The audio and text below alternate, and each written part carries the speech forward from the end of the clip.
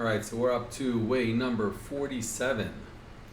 Lomed al manas la'asos, learning in order to do. So wisdom isn't truly acquired until we put our knowledge into practice. Without this crucial step, our understanding remains theoretical with little impact on our day-to-day lives. The struggle to live according to what we know to be true is the cause of a ton of internal strife and confusion and inconsistency.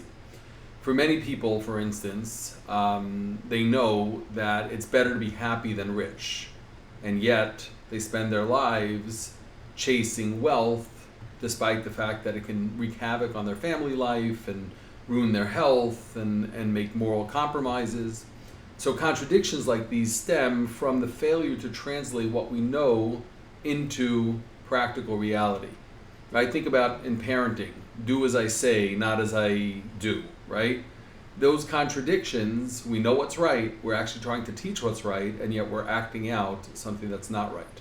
Our sages say that no one sins unless they're possessed by temporary insanity, right? So we waste time, we fight with our spouse, we push away our children, we endanger our health, despite knowing that these things are not the right thing to be doing, and there seems to be a schism between our understanding and our actions. So number 47 is Lomed al manas la'asos, learning in order to do. Applying our wisdom and putting it into practice is one of the primary challenges of life, right? The essential difference between philosophy and wisdom is that philosophy is theoretical while wisdom is integrated into our lives. We can learn the most beautiful ideas in the world. We can pontificate on them endlessly, but if we don't apply them, we're effectively temporarily insane. The battle for life is the battle for sanity. So number one of this is to make it routine. So we're creatures of habit, right? We enjoy the security of our routines. For example, we teach our kids to brush their teeth when they're very young. We teach them good manners. Please pass the salt. Thank you very much. Excuse me. Why? So that long before they're aware and long before they understand the value of these things start to get inculcated into who they are.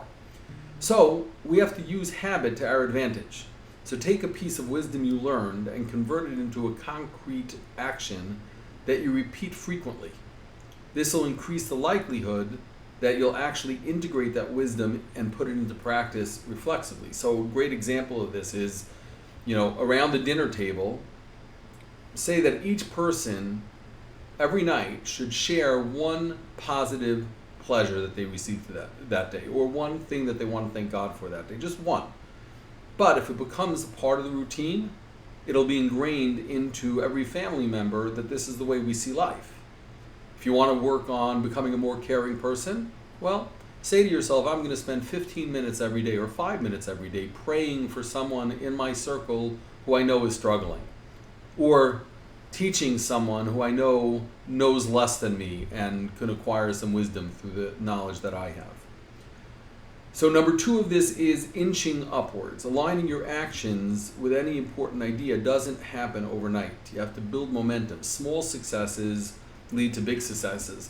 One of the greatest sages that has lived in recent years was a rabbi named Reb Chaim Kanievsky, who lived in Israel. And he had literally thousands of visitors daily coming to him for blessings and his wisdom.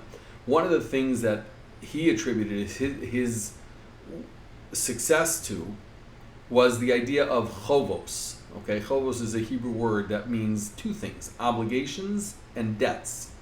Okay, and what he did was he distilled his requirement for acquiring wisdom, his requirement to learn Torah, down to specific things that he absolutely had to do on a daily basis, right? And they started out small and they grew to being astronomical to a level that none of us could really understand.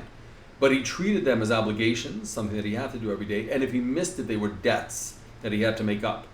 And he attributed much of his success to the fact that he never relinquished those obligations. So we can do the same thing, and I did this myself recently, and it's incredible how you can start with something small and maybe it's one thing on one day, but it's every day, and when you turn around, you have hundreds and hundreds of accomplishments that you can point to, and you've ingrained those activities into, and those wisdom-based activities into who you are as a person. So number 3 of this is learning from mistakes, right? The expression goes, a fool learns from his own mistakes and a wise person learns from other people's mistakes. Well, what do we call a person who doesn't even learn from his own mistakes, right? So unfortunately, we're all kind of guilty of this. We make stupid mistakes like flying off the handle and yelling at our kids, or making a dumb investment that ties up financial resources, or engaging in counterproductive activities that don't add value to our life. At the end of that, what do? We say, oh, I'm worthless, I'm an idiot, I'll never amount to anything. And this is an amazing trap that the evil inclination, the Yetzer Hara, has set for us.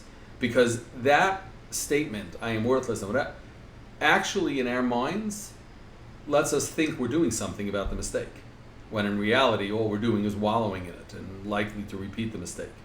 So instead of wallowing in the guilt, correct the mistake. So how do you correct the mistake? Feel the negative consequences of your action and say, I don't want to experience this negative consequence again, and I am committing to never doing so. Right? And that's really a way that we can adjust our framing and then move on. Right? Ultimately, the goal is to get out of it and to move forward. Number 4 is do it today. Change is difficult, but it's possible.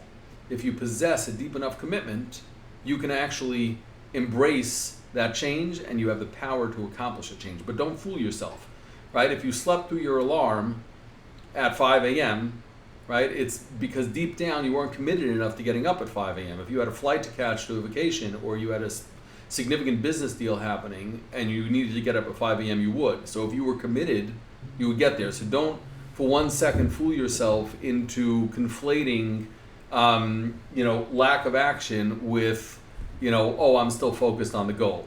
Let's realize that if you're really focused on the goal, you'll execute. To kind of be of this is to accept responsibility for yourself. The Mishnah says in Ethics of Our Fathers in Avos, right, if im ein ani li mili, if I am not for myself, who is for me? Right? And this is not a self-absorption. This is actually a self-actualization tool. No one but you can make you great. So make the decision right now to take control of your life. If not now, the Mishnah ends. If not now, when? Right? Don't push it off. Stop procrastinating. Begin today, because if you don't begin today, you may never begin. So the key to effective living is to put into practice that which you know. So don't assume just because you learn something, you will use it. Take control of your actions and live according to the ideals you know to be true. So a couple of ideas for applied wisdom. So 1, create one chov, one obligation, one debt that you have to yourself to live in accordance with wisdom. Whether it's studying something small every day, it's attending, services, whatever it may be, one thing every day. And if you miss, you got to make it up, right? Number 2, think of some chronic mistake you keep repeating, understand it, identify practical steps for correcting the mistake, and then resolve to actually take those steps.